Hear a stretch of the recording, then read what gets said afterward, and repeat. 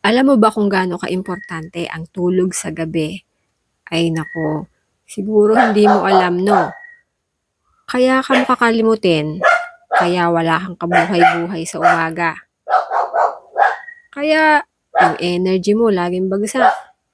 Malamang-lamang lagi kang puyat 'no?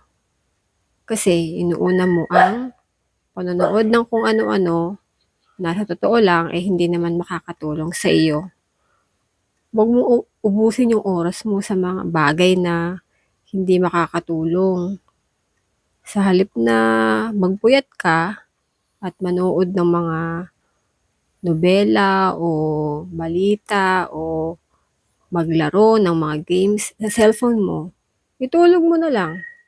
Mas magiging maganda pa ang iyong paggising sa umaga at sigurado na energetic ka at magagawa mo ang mga bagay na dapat mong gawin. Unahin mo yung kalusugan mo bago mo busugin yung mata mo ng mga kung ano-anong napapanood mo na hindi naman makakatulong.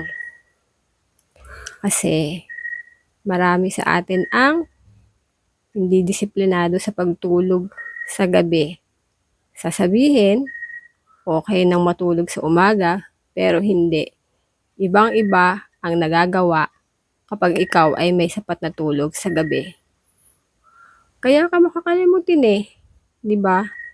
Huwag mong kalimutan na, matulog ka na. Sobrang malalim na sa gabi.